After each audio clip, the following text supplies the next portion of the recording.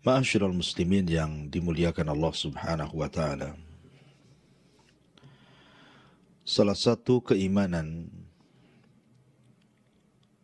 pada hari kiamat adalah al-iman bil mizan. Beriman dengan adanya timbangan. Kapan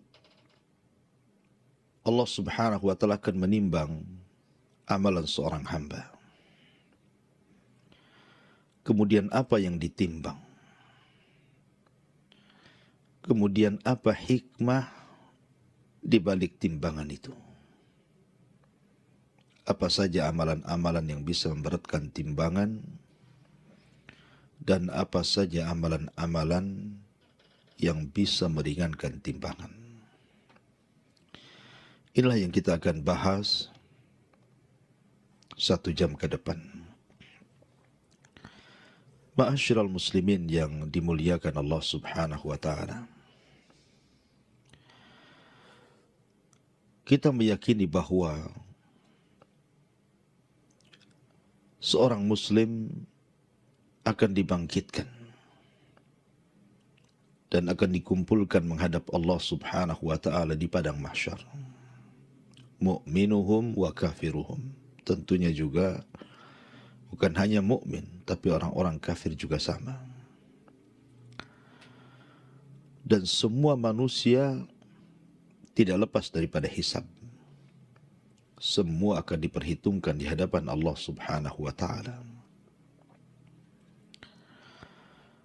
Ma'asyiral muslimin yang dimuliakan Allah Subhanahu wa taala. Akan tetapi hisab sendiri terbagi menjadi 2 macam. Ada orang yang dihisab dengan hisaban yasira. Fa amma man utiya kitabahu biyamini fasawfa yuhasabu hisaban yasira. Ada orang yang dihisab itu dengan hisab yang mudah. Tetapi juga ada yang dihisab dengan hisab yang sangat sulit. Tergantung amalan dia di dunia. Tetapi banyak juga manusia yang lepas daripada hisab. Sebagaimana hadis Nabi SAW yang masyhur, ketika Nabi SAW diperlihatkan umatnya ada 70.000 orang yang masuk surga tanpa hisab dan tanpa azab. Kemudian Nabi SAW menyebutkan sifat-sifatnya. Alladzina la yastarkun wa la yaqtawun wa la yatatayyarun wa ala rabbihim yatawakkalun. Orang-orang yang tidak minta diruqyah, orang-orang yang tidak berobat dengan kai besi yang dipanaskan, dan orang-orang yang tidak tatayyur, menganggap hoki dan sial kepada binatang tertentu atau benda tertentu, dan orang yang menambatkan tawakal hanya kepada Allah Azza wa Jalla. Ma'asyiral muslimin yang dimuliakan Allah Azza wa Jalla. Tentu hisab ini sesuatu yang melelahkan bagi manusia. Karena mereka harus tinggal di padang mahsyar itu 50.000 sana. 50.000 tahun. Apakah ini berlaku kepada seluruh manusia akan tinggal di padang mahsyar itu 50.000 sana? 50.000 tahun. Apakah hanya berlaku kepada orang-orang kafir saja? Sebagian para ulama mengatakan bahwa lamanya waktu ini hanya diberikan kepada orang-orang kafir. Tetapi orang-orang yang beriman, maka mereka disesuaikan dengan hisabnya. Kalau hisabnya yasira, mudah, maka dia tidak akan tinggal lama di situ. Tapi kalau hisabnya asira, sangat sulit, tentu juga akan lama tinggal di padang mahsyar dan melamakan proses jaza balasan bagi dia. Al-Imam Al-Qurtubi rahimahullahu ta'ala mengatakan bahwa letak timbangan itu setelah hisab. Dan ingat bahwa hisab juga bisa menentukan kemana arah orang ini masuk surga ataukah masuk neraka. Ada sebuah hadis dari Aisyah Ummul Mukminin radhiyallahu an, ketika Nabi SAW mengatakan, laisa ahadun yuhasabu illa halak. Tidak ada manusia yang dihisab kecuali pasti akan binasa. Maka Ummul Mukminin Aisyah radhiyallahu anha mengatakan, ya Rasulullah, ja'alani Allahu fidaka alaysa yaqulu Allahu azza wa jal fasawfa yuhasabu hisaban yasira. Ya Rasulullah, semoga Allah subhanahu wa ta'ala menjadikan diriku sebagai tebusan dirimu. Bukankah Allah subhanahu wa ta'ala telah berfirman, adapun orang-orang yang diberi catatannya dengan tangan kanannya, fasawfa yuhasabu hisaban yasira, maka dia akan dihisab dengan hisab yang mudah. Kenapa pula kemudian Anda mengatakan tidak ada seorang hamba yang dihisab pasti akan binasa? Maka Nabi SAW menjawab, yang dimaksud hisab yasira di sini adalah al-ardu, hanyalah pembentangan catatan amal, bukan nukish, bukan orang ini kemudian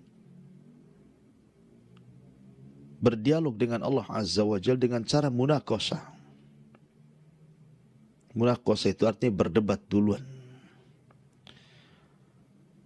Kata para ulama mengatakan bahwa hisab itu terbagi dua. Ada hisabul ardi, dan inilah hisaban yasira. Ada hisab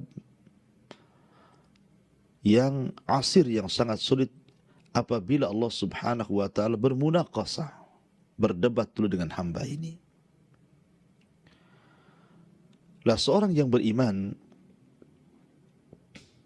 mereka yang sudah ditentukan masuk surga, maka hisabnya adalah hisabul ardi.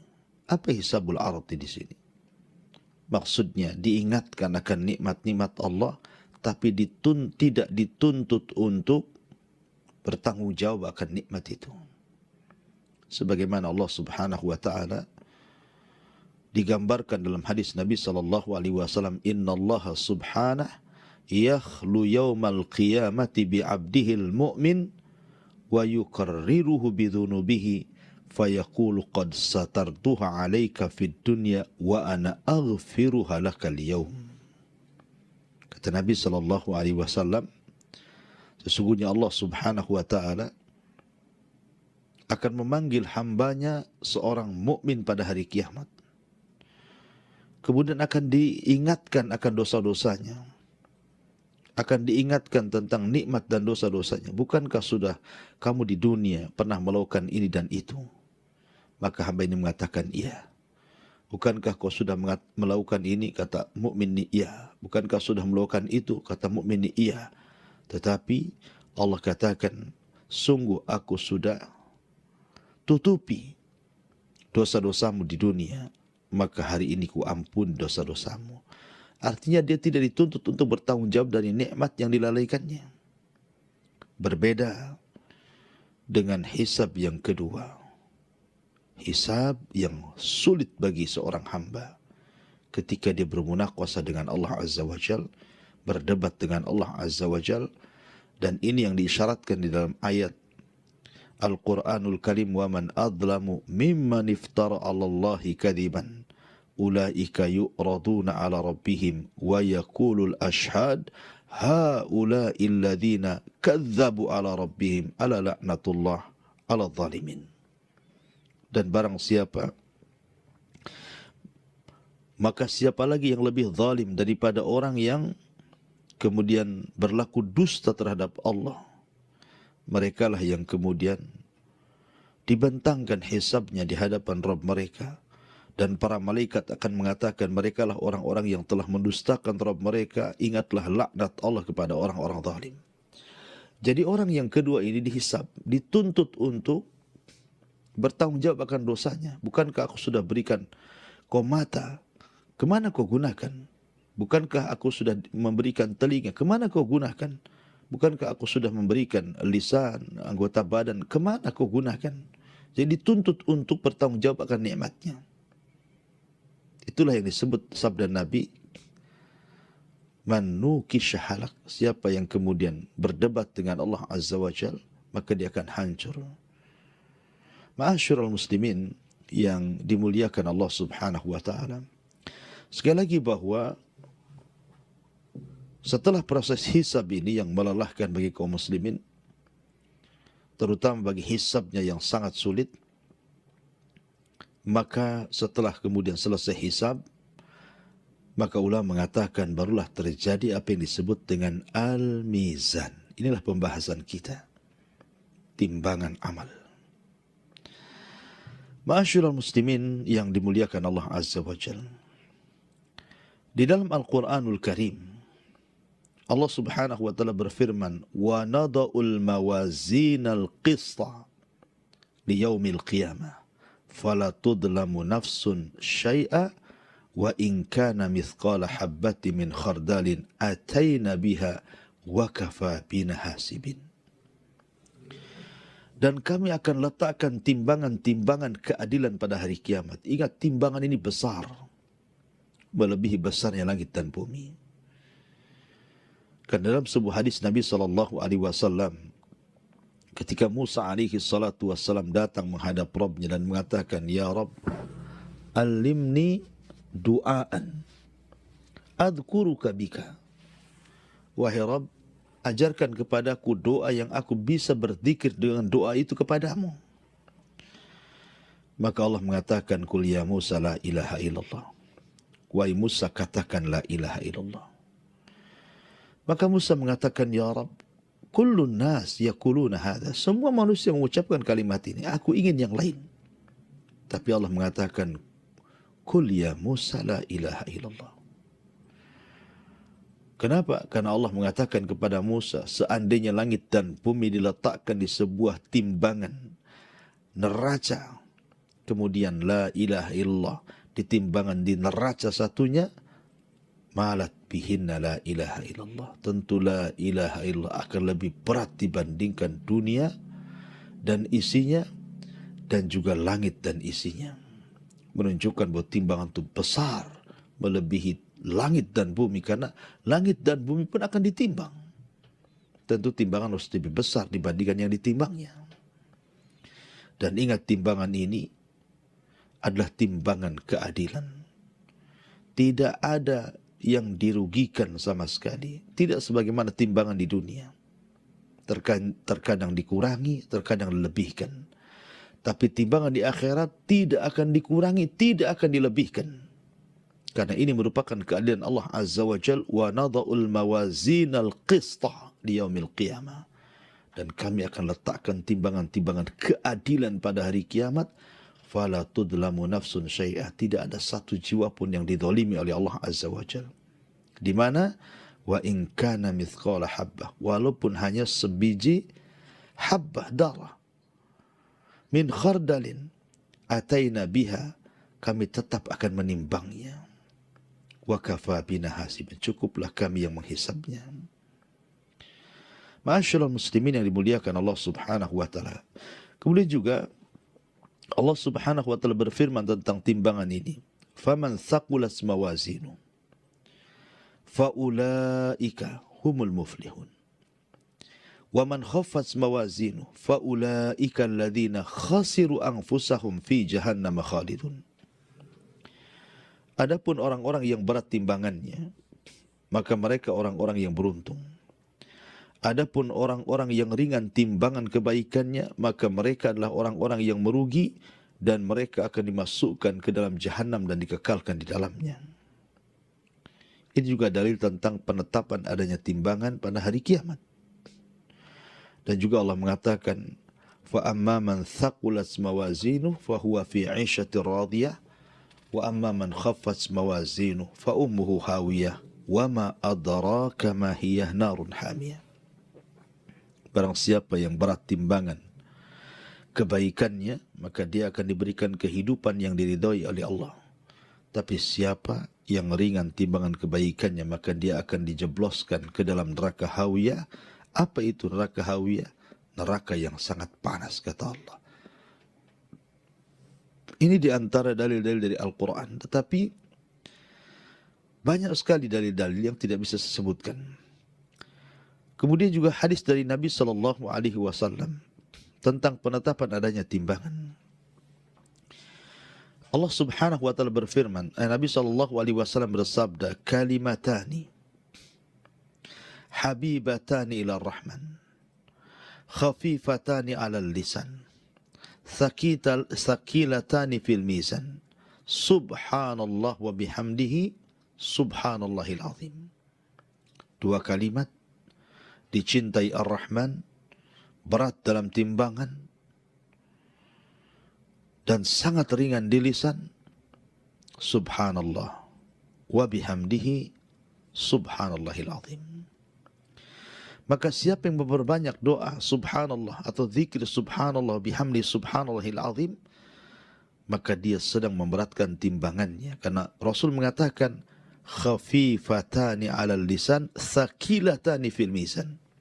Dua kalimat yang ringan tapi memberatkan timbangan. Berarti ada timbangan. Kemudian juga Nabi SAW mengatakan, at-tuhuru syatrul iman walhamdulillah tamla'ul mizan. Kalimat subhanallah separuh daripada keimanan. At-tuhur maksudnya kebersihan itu separuh daripada keimanan. Dan kalimat alhamdulillah memenuhi dan memberatkan timbangan. Ini dari Nabi SAW juga menunjukkan adanya timbangan. Termasuk juga hadis Anas bin Malik radhiyallahu anhu. Ketika dia datang kepada Rasul meminta syafaat dan mengatakan, ya Rasulullah, atlub minka syafa'ah. Aku menghendaki darimu agar engkau berikan syafaat padaku pada hari kiamat. Maka Rasul mengatakan, af'al ya Anas, saya akan lakukan untukmu hai Anas. Ya, karena Anas sudah berjasa kepada Rasul, membantu Rasul SAW selama 10 tahun sampai wafatnya Nabi. Kemudian Anas bin Malik radhiyallahu anhu mengatakan, ya Rasulullah, fa aina atlubuka? Kalau begitu, di mana ku cari dirimu kelak pada hari kiamat? Maka Nabi SAW mengatakan, tajiduni indal mawazin. Salah satunya adalah temui aku di tempat penimbangan amal. Menunjukkan bahwa adanya timbangan pada hari kiamat. Ma'asyiral muslimin yang dimuliakan Allah Azza wa Jalla. Tadi saya sudah katakan bahwa waktu penimbangan pada hari kiamat itu adalah setelah hisab. Sebagaimana dinyatakan oleh Al-Imam Qurtubi rahimahullahu ta'ala, idzan qadal hisab kana ba'dahu waznul a'mal. Apabila selesai proses hisab, maka setelahnya adalah tinggal penimbangan amal. Dan juga dikatakan, innal wazna ba'dal hisab. Sungguhnya timbangan itu setelah proses hisab. Jadi dihisab dulu manusia, baru kemudian akan ditimbang amal mereka. Lalu apa saja yang ditimbang pada timbangan itu? Sebagian para ulama mengatakan, innal ladzi yuzanu fi dzalikal yaum al-a'malu nafsuha wa annaha tujsamu wa tudau fil mizan. Sebagian para ulama mengatakan bahwa yang ditimbang pada hari kiamat itu artinya adalah amal itu sendiri. Dan amal itu akan dibentuk sebagai jism. Akan dibentuk. Ada jasadnya. Kemudian ditimbang. Jadi amalan itu akan dibentuk menjadi jasad. Dan akan ditimbang. Ma'asyiral muslimin yang dimuliakan Allah subhanahu wa ta'ala. Sebagian ulama juga mengatakan bahwa 3 perkara yang akan ditimbang. Pertama, orangnya. Yang kedua, amalnya. Dan yang ketiga, catatannya. Tapi Anda harus paham bahwa ketika saya katakan bahwa orangnya pun ikut ditimbang, Anda harus bedakan antara timbangan di dunia dengan timbangan di akhirat. Kalau timbangan di dunia, manusia itu kemudian ditimbang, tentu yang besar, yang gemuk akan lebih berat dibandingkan yang kecil dan yang kurus dan yang krempeng. Tapi bukan itu barometer di akhirat timbangan. Bukan karena badan besar atau badan kecil sehingga timbangan itu memberat atau meringan, bukan. Karena nanti pada hari kiamat akan datangkan orang yang paling gemuk di bumi, didatangkan di hadapan Allah kemudian ditimbang. Rupanya beratnya tidak sampai melebihi sayap seekor nyamuk. Tapi ada orang yang ditimbang oleh Allah, badannya kecil. Seperti kisah Abdullah bin Mas'ud radhiyallahu an, ketika dia naik pohon kurma, datang angin menyingkap pakaiannya, terlihat kedua betisnya seolah-olah hanya daging yang dibalut kulit, daging yang dibalut tulang. Saking kurusnya Abdullah bin Mas'ud radhiyallahu an. Sahabat pun tertawakan Abdullah bin Mas'ud. Karena apa? Diqqati syaqqaihi. Karena apa namanya? Kurusnya betis kedua, betis Abdullah bin Mas'ud ini. Semua sahabat tertawa. Maka Nabi SAW mengatakan, jangan kalian tertawakan kedua betis Abdullah ibn Mas'ud. Sebab kalau seandainya kedua betis itu ditimbang di hadapan Allah, masih lebih berat dibandingkan gunung Uhud ini. Menunjukkan bahwa bukan itu timbangan. Dan berbeda mikyas, aturan timbangan dunia dengan akhirat. Karena yang ditimbang itu bukan hanya manusianya, tetapi amalannya dan juga catatannya. Dan itulah yang menentukan berat dan tidaknya sebuah timbangan. Ma'asyiral muslimin yang dimuliakan Allah Azza wa Jalla. Lalu apa hikmahnya? Kenapa Allah Subhanahu wa ta'ala membuat timbangan amal bagi hamba-hambanya pada hari kiamat? Yang pertama, zuhur athari asma'illahi wa sifatih. Untuk menampakkan pengaruh-pengaruh nama-nama Allah dan pengaruh sifat-sifat Allah Subhanahu wa ta'ala. Fallahul alimul khabir al-muhsi. Bahwa Allah Subhanahu wa ta'ala zat yang maha alim dan maha menyingkap segalanya. Sehingga ketika manusia ditimbang, tidak ada yang terselubung tersembunyi bagi Allah Subhanahu wa ta'ala.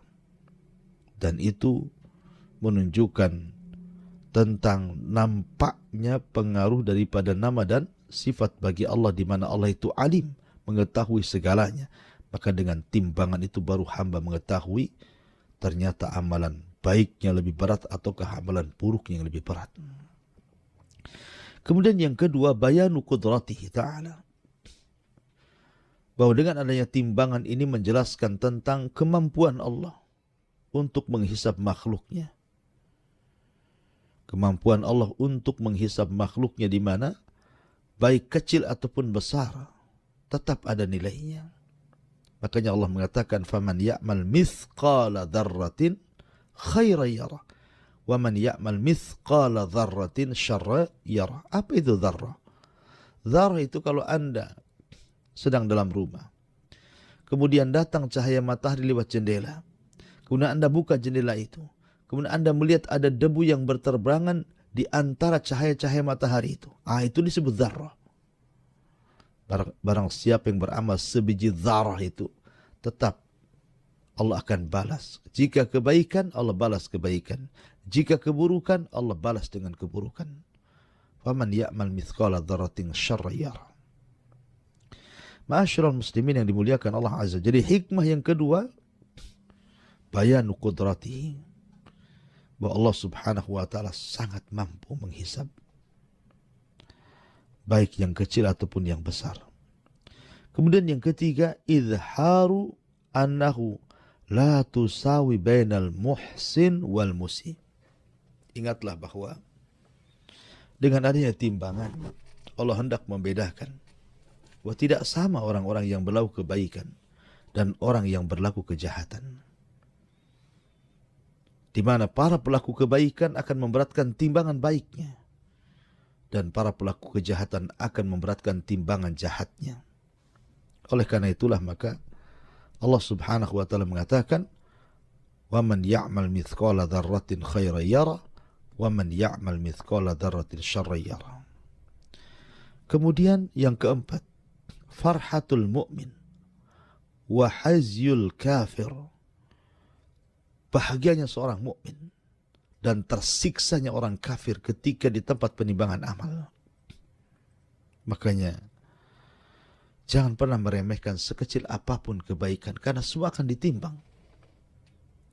Rasul mengatakan, la tahkiranna minal ma'rufi syai'an walau an talqa wajhaka li akhika biwajhin talqin. Jangan kau remehkan sekecil apapun kebaikan, walaupun hanya melemparkan senyum kepada saudaramu. Boleh jadi lemparan senyum inilah yang menjadikan pembuka pintu surga bagi kita. Karena semua akan ada balasannya, semua ada hisabnya, semua ada timbangannya. Kemudian yang kelima, yang keenam, iqamatul mawazin. Fiha iqamatul hujjah. Bahwa dengan ditegakkannya timbangan-timbangan itu sebenarnya hakikatnya Allah sedang menegakkan hujjah kepada kita. Siapa yang pantas masuk surga dan siapa yang tidak pantas masuk surga alias masuk neraka. Ma'asyiral muslimin yang dimuliakan Allah Azza wa Jalla. Adapun amalan-amalan yang harus Anda hindari. Sebab kalau Anda lakukan amalan-amalan ini sangat mempengaruhi berat dan timbanya sebuah timbangan. Pertama, riya. Nabi SAW mengatakan, Inna akhwafa ma akhafu alaikum syirkul asgar. Sesungguhnya yang paling aku khawatirkan menimpa kalian adalah syirik kecil. Kila, dikatakan, apa itu syirik kecil wahai Rasul? Maka Rasul mengatakan, ar-riya. Anda beramal ingin dipandang manusia. Kemudian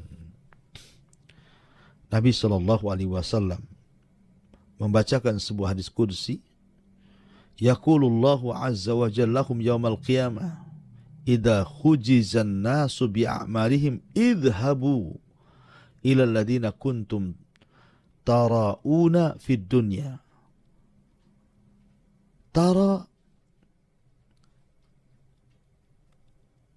Tarauna fid dunya. Allah berfirman dari kiamat, apabila manusia dibalas dengan amal-amal mereka, maka Allah perintahkan, pergilah kepada orang-orang yang ketika di dunia kau meminta pujian dari mereka. Pergi kepada mereka. Ya, ingat bahwa seseorang akan membalas dengan dirinya sendiri. Dan tidak ada campur orang lain.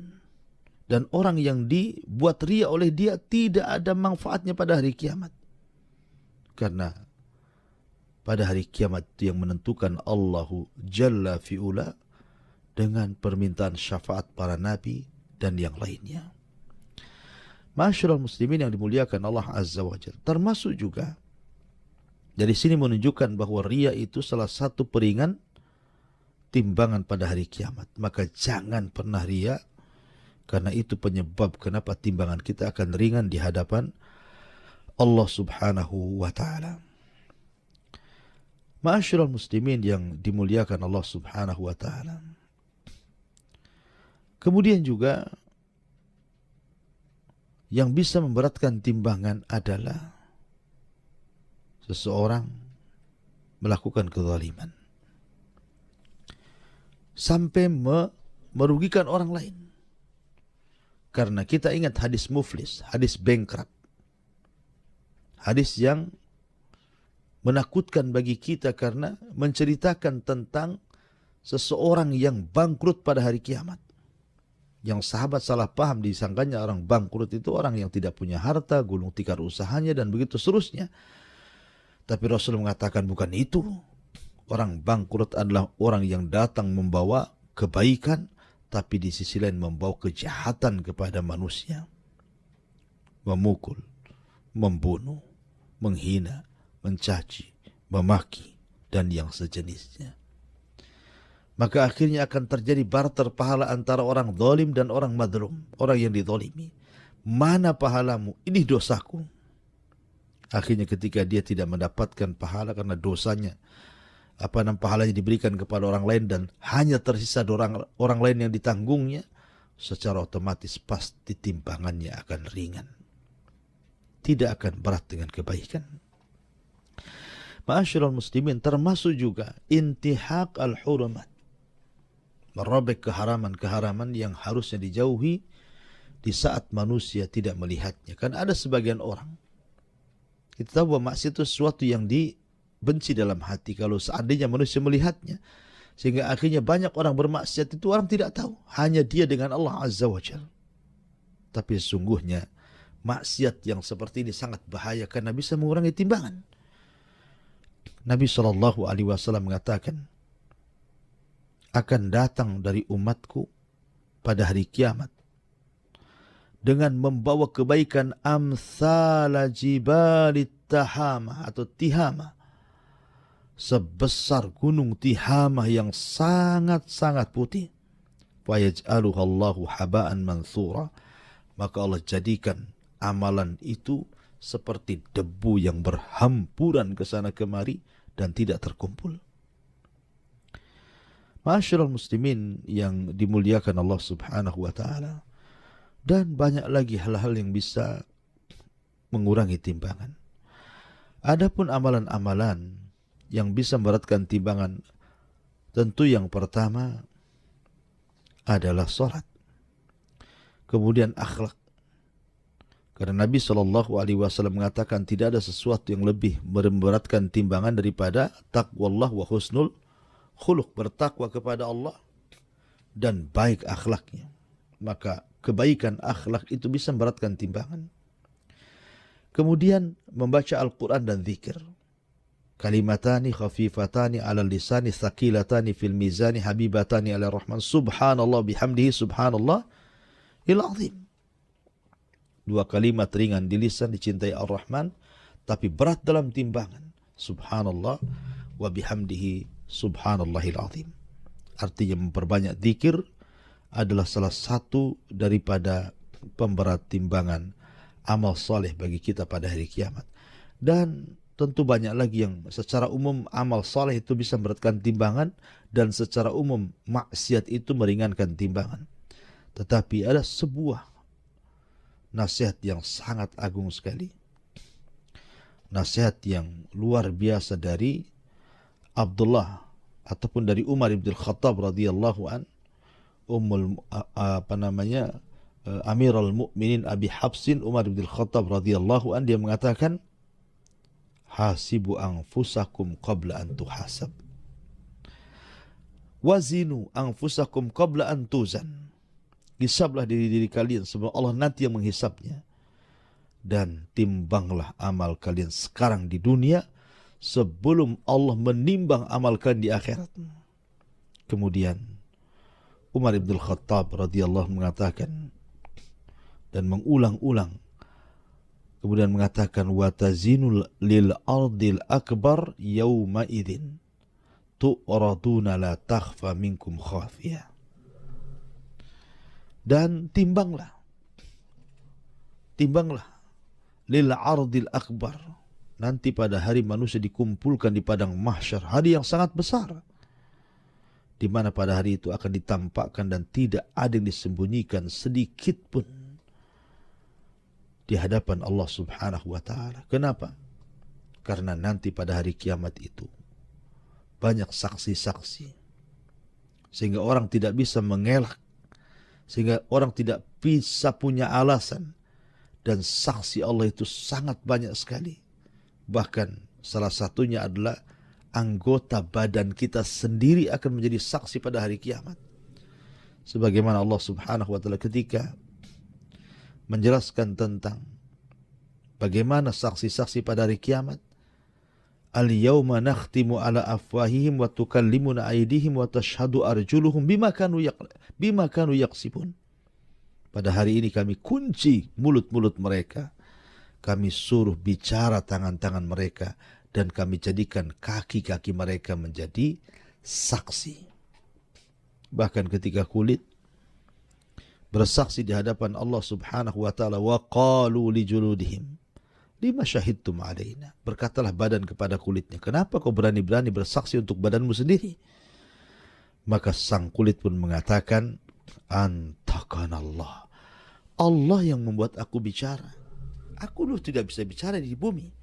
Tapi sekarang di akhirat, Allah buat aku bisa bicara. Subhanallah. Sampai kepada anggota badan kita akan menjadi saksi. Bumi akan menjadi saksi. Di mana Allah Subhanahu wa taala mengatakan, yauma idzin tuhadditsu akhbaraha. Pada hari itu bumi akan menghabarkan beritanya. Dia akan menjadi saksi dan mengatakan si fulan tanggal sekian, bulan sekian, tahun sekian bermaksiat sebelah sini di bumi ini. Naudzubillah. Mau lari kemana Anda? Bumi yang ada Anda pijak akan bersaksi. Badan yang melengket di badan juga akan bersaksi. Belum para malaikat, belum para nabi, belum orang-orang saleh. Oleh karena itulah takutlah akan hisab dan juga timbangan. Dikhawatirkan kalau seandainya Allah Subhanahu wa ta'ala takdirkan timbangan kita ringan, sudah barang tentu sudah dijelaskan kemana di akhirnya. Fa amma man khaffat mawazinu fa ummuhu hawiyah wa ma adraka ma hiya narun hamiyah. Adapun yang ringan timbangannya, maka akan dimasukkan ke dalam neraka hawiyah. Apa itu hawiyah? Hawiyah itu neraka yang menyala-nyala. Wallahu a'lam bishawab. Ini diantara pembahasan kupas tentang masalah timbangan pada hari kiamat. Saya kembalikan